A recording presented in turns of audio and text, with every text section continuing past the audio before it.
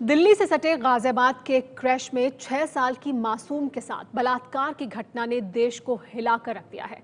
ऐसे लोगों की चिंताएं तो और बढ़ गई हैं जो नौकरी की मजबूरी में अपने बच्चों को क्रैश में छोड़ जाते हैं। माँ बाप की इसी मजबूरी का फायदा उठाकर आजकल छोटे बड़े शहर में गैर कानूनी क्रैश खोले जा रहे हैं, जहां ना तो बच्चों की सही से देखभाल हो रही है, ना ही उनकी सुरक्षा का ध्यान रखा जा रहा है। हैरानी की बात यह है कि देश में ऐसे गैर कानूनी क्रैश पर सख्ती के लिए कोई कानून भी नहीं है।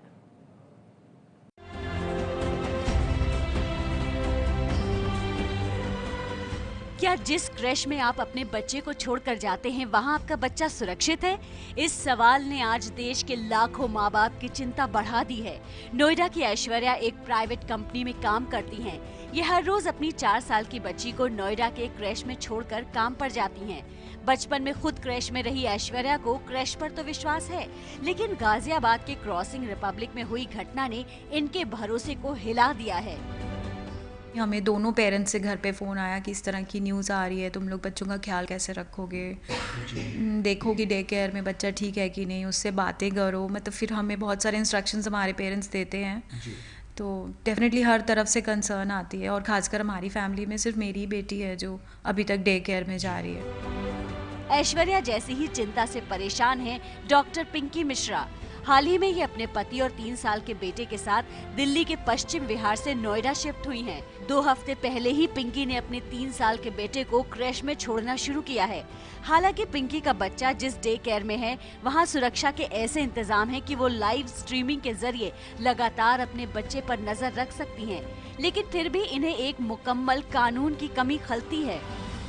एक्चुअली अभी तक कोई गवर्नमेंट ने कोई ऐसा गाइडलाइंस इशू नहीं किए, जो कि बहुत सरप्राइजिंग है। मतलब अब तक क्योंकि इतना फ्लरिशिंग है ये चीज़ और इतनी नीडफुल है ये चीज़ कि इसके लिए एक्चुअली में गाइडलाइंस होने चाहिए। और मेरे हिसाब से डेफिनेटली गाइडलाइंस बिल्कुल होने चाहिए इसके लिए, और उसी गाइडलाइंस को फॉलो करना चाहिए सारे डे केयर्स एंड क्रैचेस को। बड़े बड़े शहरों में बच्चों के लिए क्रैश आज एक जरूरत बन गया है। कामकाजी माता पिता की मजबूरी ने क्रैश को बेहद तेजी से पनपने वाला बिजनेस बना दिया है। नियम कानून की कमी का फायदा उठाकर इसे कोई भी कहीं भी शुरू कर दे रहा है। ऐसे में जानकारों का मानना है कि अब सरकार को इसमें दखल देने की जरूरत है।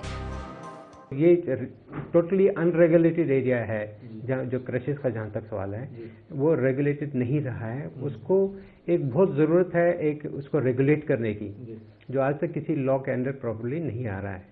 और उन सारे क्रशेस को ऑल ओवर द कंट्री एक रेगुलेशन होना बहुत लाजमी है। चाइल्ड होम्स पर निगरानी रखने के लिए राज्यों में चाइल्ड वेलफेयर कमेटी होती है, जो हर 3 महीने में चाइल्ड होम्स का निरीक्षण करती है।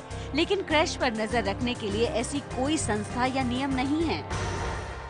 दिल्ली एनसीआर में सैकड़ों की तादाद में क्रेश और डे केयर मौजूद है, लेकिन इसके लिए सरकार की तरफ से कोई सख्त कानून मौजूद नहीं है। अगर सख्त कानून होता तो गाजियाबाद के क्रॉसिंग रिपब्लिक जैसा रेप का मामला सामने नहीं आता।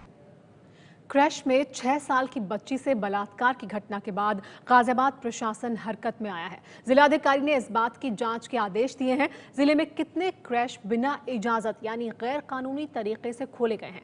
दरअसल ये हाल अकेले गाजियाबाद का नहीं है, बल्कि ज्यादातर शहरों में प्रशासन को ऐसे गैर कानूनी क्रैश या डे केयर सेंटर की संख्या की जानकारी ही नहीं है।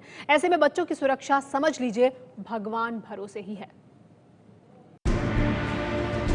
गाजियाबाद की क्रॉसिंग रिपब्लिक के एक क्रैश में 6 साल की बच्ची के साथ हुई बलात्कार की घटना ने रिहायशी इलाकों से चल रही व्यावसायिक गतिविधियों की पोल खोल दी। अभी तक इस तरफ से आंखें फेरे गाजियाबाद प्रशासन भी अब सख्त कदम उठाने की बात कर रहा है। जहाँ जहाँ इस तरीके की एक्टिविटीज़ चल रही हैं जो कमर्शियल हैं और रेजिडेंशियल एरिया में चल रही हैं, तो उनको रुकवाने के लिए एक VCGDA से हमने ये मांगा है कि किस आधार पर आपने कहाँ कहाँ अलॉट किया है, तो उनकी एग्जैक्ट नंबर हमें पता लग जाए, तो उसके बाद फिर हम ये ड्राइव चलवाते हैं इसमें। ये जानने के लिए कि एक बेहतर क्रैश या डे केयर में किस तरह की सुविधाएं होती हैं, हमने एक ऐसे डे केयर का जायजा लिया जिसकी महीने की फीस 5500 से 6000 रुपए तक है। हम पहुंचे नोएडा के सेक्टर 51 में चलने वाले रिदम डे केयर में। इस डे केयर में सभी स्टाफ महिला हैं सिवाय दरवाजे पर बैठे गार्ड के। इसमें किसी पुरुष को घुसने की इजाजत नहीं है। एबीपी न्यूज को भी तमाम औपचारिकताओं के बाद ही डे केयर में शूटिंग करने की इजाजत मिली। इस डे केयर को सीसीटीवी कैमरे की निगरानी में रखा गया है। यहाँ लाइव स्ट्रीमिंग ऐप की सुविधा है जिसके जरिए माँ बाप अपने बच्चों पर सीधी नजर रख सकते हैं। सवाल उठता है कि आखिर ये क्रेश होता क्या है और किस तरह से चलते हैं। आपको पहले बता दें, क्रेश होता ये है जहां बच्चों की देखभाल होती है, यानी कि जो छोटे बच्चे होते हैं, यानी कह सकते हैं 1 साल से 7-8 साल के बच्चों तक। इनमें 2 तरह के बच्चे आमतौर पर होते हैं, जो बच्चे अभी स्कूल नहीं जाते, जिनके माता पिता काम पर जाते हैं और उनको यहाँ छोड़ दिया जाता है। आप देख सकते हैं तमाम उनके खेलने का इंतज़ाम यहाँ पर किया गया है। और दूसरे बच्चे ऐसे होते हैं जो कि स्कूल से आने के बाद यहाँ आते हैं, तब तक वो रहते हैं जब उनके जो माता पिता हैं, जबकि वो नौकरी से वापस उनको यहाँ लेने ना आ जाएं। अगर यहाँ बात करें सिक्योरिटी की, इस क्रेश में जो ये है, यहाँ पर इसको पूरी तरह से सीसीटीवी से की निगरानी में यहाँ रखा गया है। और ख़ास बात यह है कि ये जो सीसीटीवी की लाइव स्ट्रीमिंग जो है यहाँ बच्चों के माता पिता के मोबाइल पर आती है। एक ऐप डेवलप किया है जिसके ज़रिए वो सारी गतिविधियाँ यहाँ अपने बच्चों की देख सकते हैं कि वो लाइव टाइम में, यानी कि मौजूदा वक्त में, कि वो क्या कर रहे हैं। रिदम डे केयर को चलाने वाली जयश्री ने बताया कि यहाँ जो भी सुरक्षा के इंतजाम और सुविधाएं हैं वो उन्होंने खुद ही सुनिश्चित की हैं। आजकल हर कोई अपने घर में डे केयर खोल लेता है, ऐसा नहीं होना चाहिए। आपको एक्चुअली उनके बैकग्राउंड की भी नॉलेज होनी चाहिए। जो खोल रहा है उन्हें रजिस्टर करा हुआ भी होना चाहिए, रजिस्ट्रेशन भी होना चाहिए। और जो भी स्टाफ आप हायर करते हो उनकी भी एक कुछ आइडेंटिटी आपके पास ज़रूर होनी चाहिए। जैसे हम सब की आइडेंटिफिकेशन पहले करते हैं कि जो भी स्टाफ हमारे पास आ रहा है। यूपीए की सरकार के दौरान कानून बनाकर प्ले स्कूल्स और डे केयर को उसके दायरे में लाने की कोशिश की गई, लेकिन वो भी महज ड्राफ्ट तक ही सीमित होकर रह गई।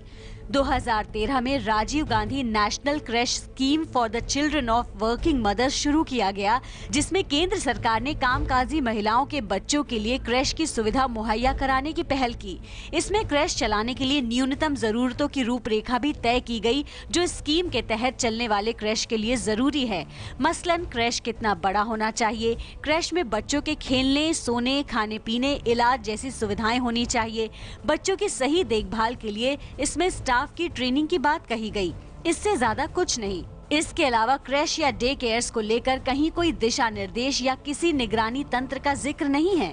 जानकारों का मानना है कि पिछले कुछ सालों में जिस तरह से डे केयर या क्रैश की संख्या और जरूरत बढ़ी है, उसके बाद सरकार को इस बारे में गंभीरता से सोचना चाहिए। सरकार को एक जिम्मेवारी निभाना बहुत जरूरी है कि ऐसे क्रैश जो अनरेगुलेटेड है उसका एक रेगुलेशन लाया जाए, एक प्रॉपर बाकायदा उसमें गाइडलाइन इशू कर दी जाए। और इनफैक्ट हर एक स्टेट कमीशन में एक स्टेट कमीशन है चाइल्ड प्रोटेक्शन राइट्स का, और दिल्ली में एपेक्स बॉडी है जो राष्ट्रीय आयोग है बच्चों के लिए, उसकी भी जिम्मेवारी बनती है कोई इस मामले में आगे चल के एक गाइडलाइन इशू करे ताकि बच्चों के साथ दोबारा ऐसा ना हो।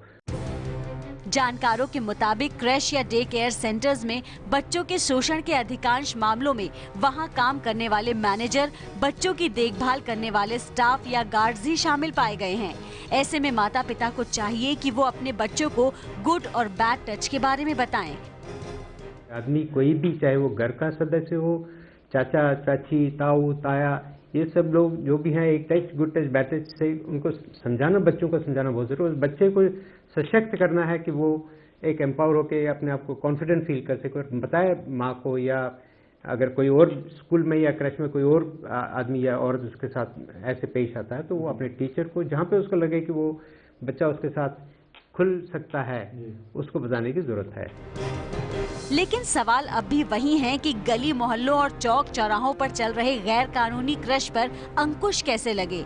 सिर्फ एनसीआर में ही इनकी संख्या हजारों में है, जो 2000 रुपए से लेकर 10,000 रुपए महीने तक में उपलब्ध हैं और जहां सुविधाएं भी फीस के हिसाब से ही मिलती हैं।